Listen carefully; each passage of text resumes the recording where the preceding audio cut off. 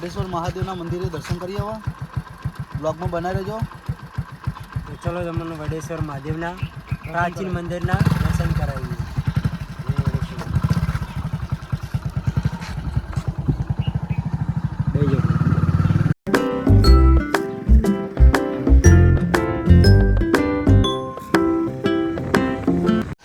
Hello મિત્રો, અમે finally Vadeshwar મહાદેવના મંદિરે આવી ચૂક્યા છીએ. તો ચાલો તમને બ્લોગમાં બનાવી રહેજો. તો મંદિરના દર્શન કરાવીએ.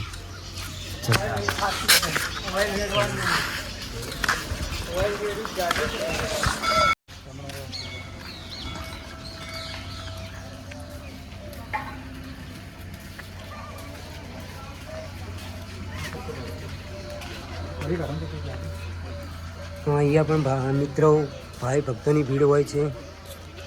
જે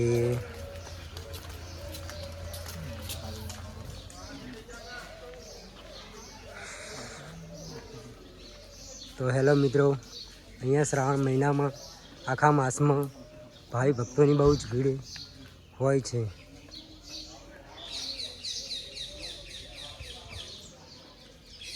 જ્યારે પણ દેસરી ગામમાં આવો ત્યારે આ મંદિરની અવશ્ય મુલાકાત લો.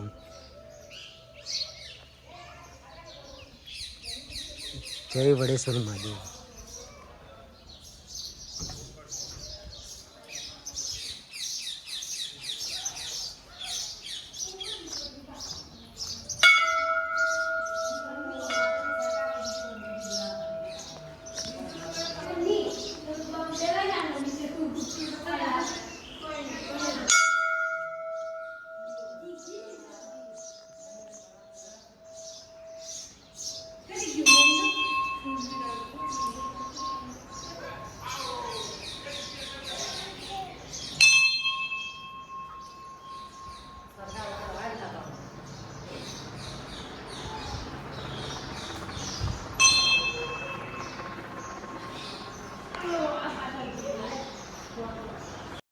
હેલો મિત્રો, મંદિરની એક્ઝેક્ટ સામે એક સૂર્યકુંડ પણ આવેલો છે. એ પણ તમને હું બતાવીશ. તો બનેલ રહેજો મારા બ્લોગમાં.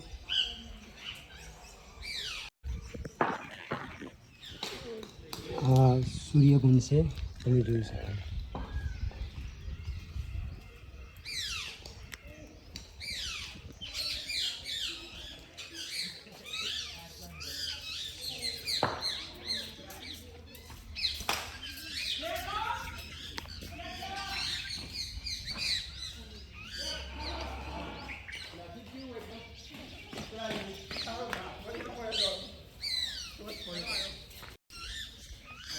હેલો મિત્રો, અહીંયા ઘણા બધા વડ આવેલા છે. તેના પરથી વડેશ્વર મહાદેવ પણ નામ પડેલું છે, એવી માન્યતા છે અહીંની.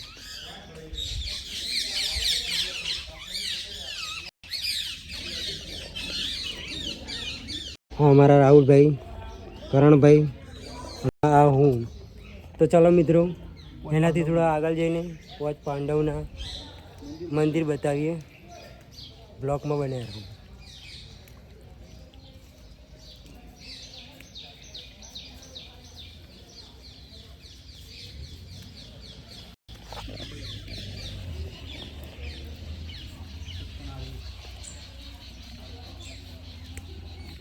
જોઈ શકો છો તમે પાંચ પાંડવની ગુફા.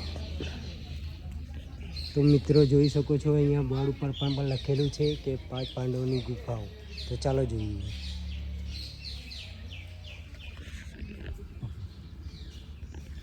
તો મારા ભાઈ હવે સમજાવે છે કે શું વાત છે નહીં. તો આવો મિત્રો, પહેલાં તો ગંગા મહારાજને દર્શન કરી લઈએ. રાગ દેવતા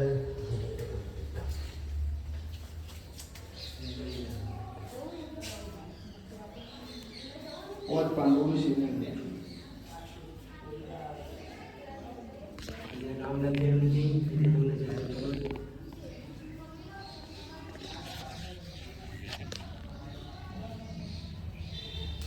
તમે જોઈ શકો છો, વિભિન્ન ચિત્ર દોરેલા છે.